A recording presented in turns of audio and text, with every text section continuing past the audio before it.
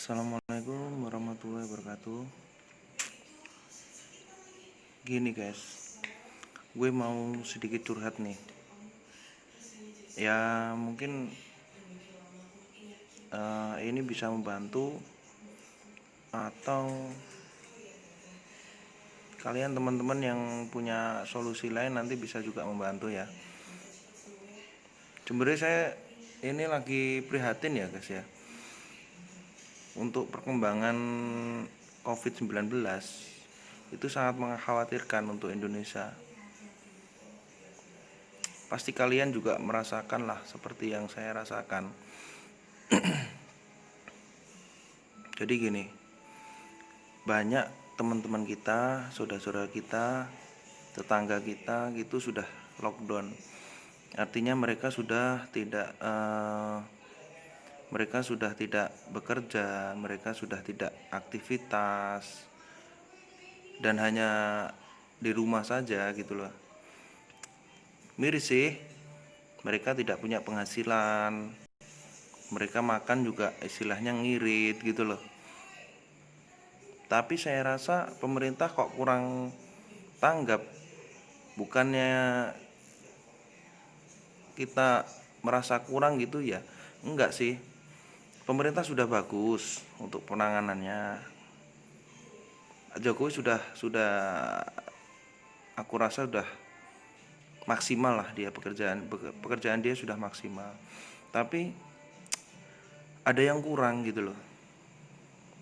Jadi gini ya, ketika banyak orang yang istilahnya lockdown di rumah, mereka tidak melakukan apa-apa, aktivitas apa-apa, artinya dia tidak punya masukan apa-apa, istilahnya pemasukan, istilahnya uang ya, dia tidak punya pemasukan dari mana-mana. Pemerintah sudah bekerja sebaik mungkin, tapi hasilnya kayaknya kurang gitu loh. Nah ini gini, untuk itu saya kok menilai ada yang kurang gitu loh. Jadi sementara ini semua orang-orang yang di luar kota itu bisa masuk dengan gampang ke daerah lain, istilahnya melalui transportasi umum. Contoh misalkan kereta api. Di situ memang di dalam kereta api mungkin ya ada larangan-larangan khusus yang intinya untuk menghalau virus itu untuk berkembang gitu ya. Itu menurut saya kurang gitu loh. Karena gimana? Kalau misalkan dari daerah lain dia naik bus atau entah dia naik kereta lah, terserah sembarang itu ya. Yang penting angkutan umum gitu loh. Nah, ketika dia masuk ke daerah lain itu, entah dia mau pulang kampung atau entah dia mau ke tempat saudaranya. Nah, di situ itu sebenarnya tempat penyebaran virus tersebut istilahnya kurang penanganannya gitu loh guys. Jadi kayak misalkan dari Jakarta atau dari Bogor atau dari Jawa Tengah itu masuk mau ke Jawa Timur gitu ya guys ya. Nah itu bisa dia misalkan naik bus atau bisa naik kereta, bisa aja di dalam kereta, bisa aja di dalam bus dia terkena virus tersebut. Misalkan bekas tangan orang yang dia ternyata positif tapi dia tidak tahu, akhirnya menular ke yang lain gitu loh di dalam bus itu. Dan bisa juga dia waktu pulang kampung ternyata dia sudah terkontin sorry guys, dari dia sudah terkena virus tersebut, dia tidak tahu, tidak sadar gitu loh guys. Jadi gimana ya, itu kan bisa menyebarkan virus tersebut, sedangkan kita yang berada di kampung, berada di daerah-daerah tertentu itu sebenarnya sudah menutup diri gitu loh. Kita sudah tidak beraktivitas, sudah tidak ada pemasukan sama sekali, tapi angkutan umum terus aja beroperasi. Artinya di situ masih ada peluang gitu loh. Masih ada peluang banyak untuk virus tersebut tersebar gitu loh.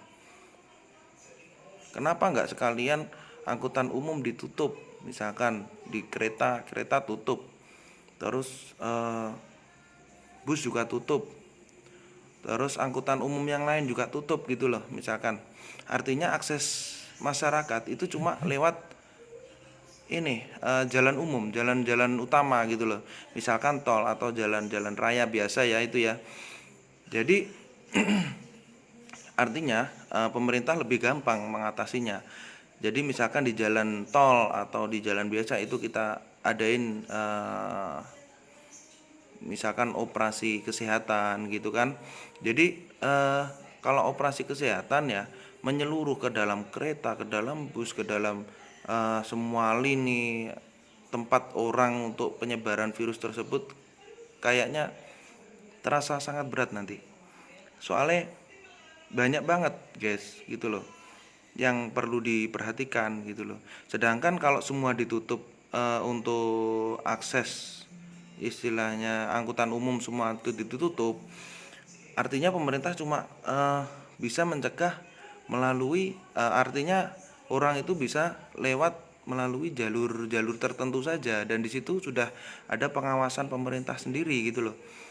Dan saya rasa banyak kok yang mau menjadi relawan gitu untuk membantu pemerintah dalam mengatasi virus tersebut, misalkan untuk mengoperasi di jalan-jalan gitu, menutup akses-akses jalan yang istilahnya dipakai berlalu larang orang untuk masuk keluar dalam satu wilayah gitu, banyak kok sebenarnya.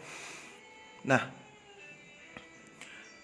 ini sebenarnya yang belum ditanganin sama pemerintah, belum di gimana ya, entah itu belum di ACC, entah itu sebenarnya sudah ada anjuran seperti itu, kita kan juga nggak tahu ya, kita kan orang awam, tidak ada sosialisasi ke masyarakat juga kan.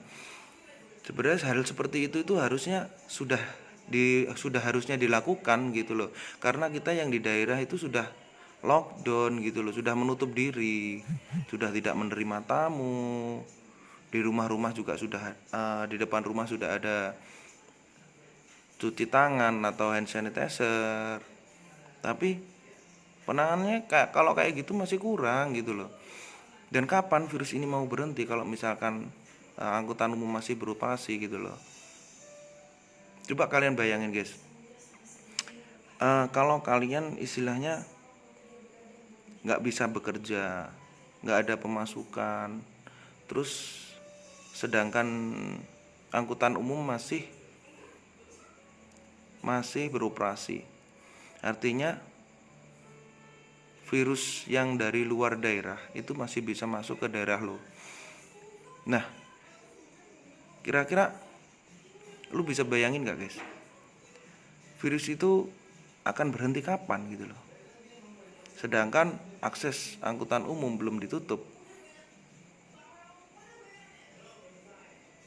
kereta masih lalu lalang sebebas mungkin. Kalau saya sih nyaranin ya kayak tadi ya, jadi akses yang utama itu nanti jalan raya dan jalan tol aja, jadi lebih gampang pemerintah mengawasinya gitu loh. Pemerintah sekarang sudah bagus sih, sudah bekerja keras, saya akuin pemerintah sudah bagus. Ya tinggal itu tadi loh yang belum, yang mungkin entah pemerintah sudah memikirkan hal di baliknya itu, mungkin ada sisi buruknya atau gimana, itu harusnya disosialisasikan gitu loh. Jadi masyarakat itu enggak bertanya-tanya gitu loh.